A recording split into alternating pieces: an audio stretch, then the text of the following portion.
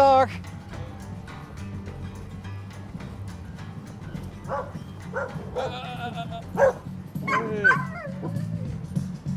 Hoi. Hoi. Hallo. Een lekker muziekje erbij. Ja. Hoi. Hoi. Bas, Kai. Hoi. Nienke. kennen jullie ons? Wij zijn van de Limburgse Omroep van L1. Oh ja, dat heb je gezien, ja. Van een dag voor muziek zitten. Hoe ver zijn... Oh, jullie zijn er niet zo ver. Nee, we zijn juist begonnen, dus ja. Oh, dus we kennen Limburgs praten. Ja, voor weg wel, joh. Ja? Voor dich ook, Nienke? Ja, ik kan geen Limburgs praten, maar ik kan het wel redelijk verstaan, dus het komt goed. Oké. Dikwijls herder, Ja, klopt, ja. deed ook Duits scheren. Och ja, we doen eigenlijk zoveel mogelijk in eigen beheer, ja. Tenminste, proberen we. Ja. Oké. Ja. En best zich dan ook de gijs met...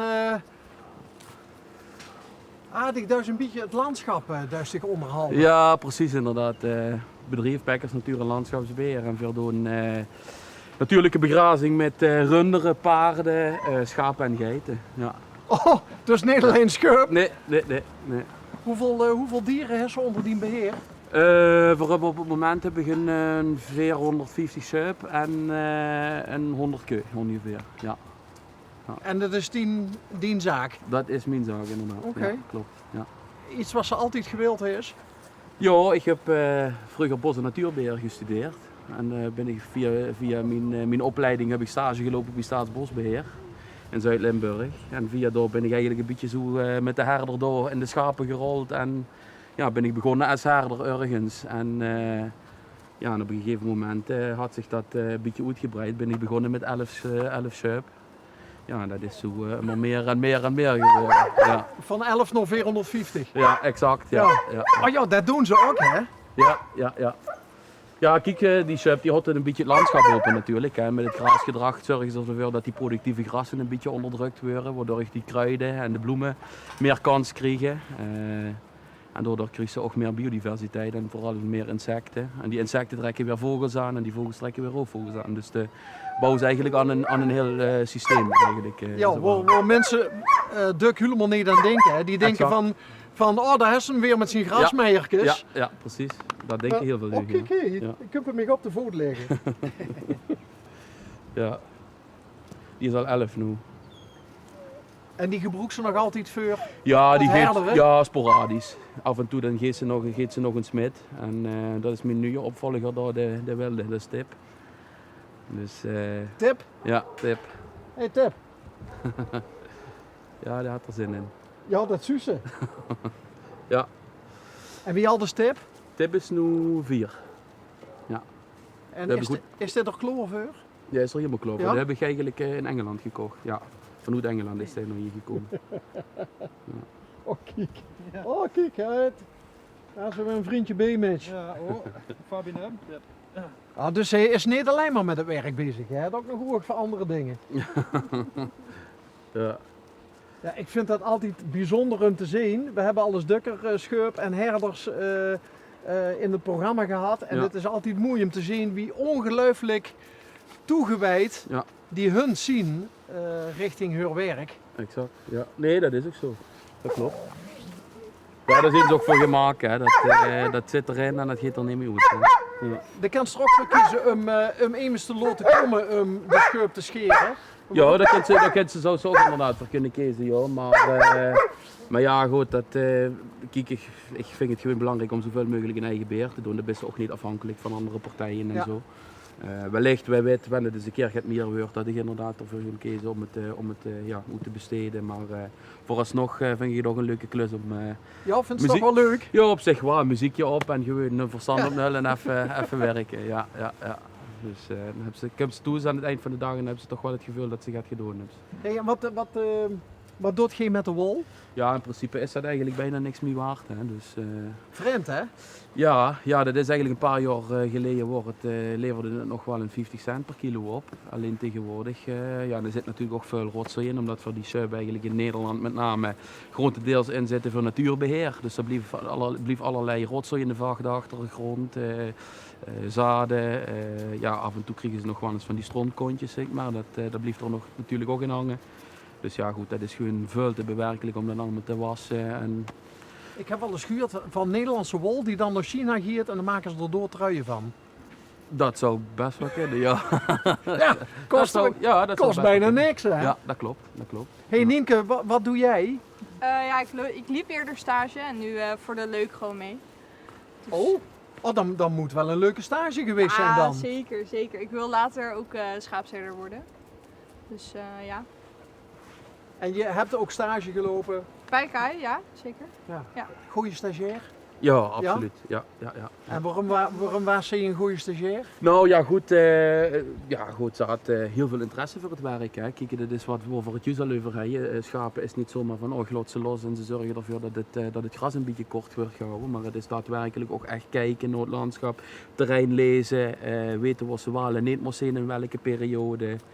Zeldzame soorten kunnen herkennen, dat soort zaken allemaal. Dus dat is best wel ingewikkeld soms. Ja. Dus,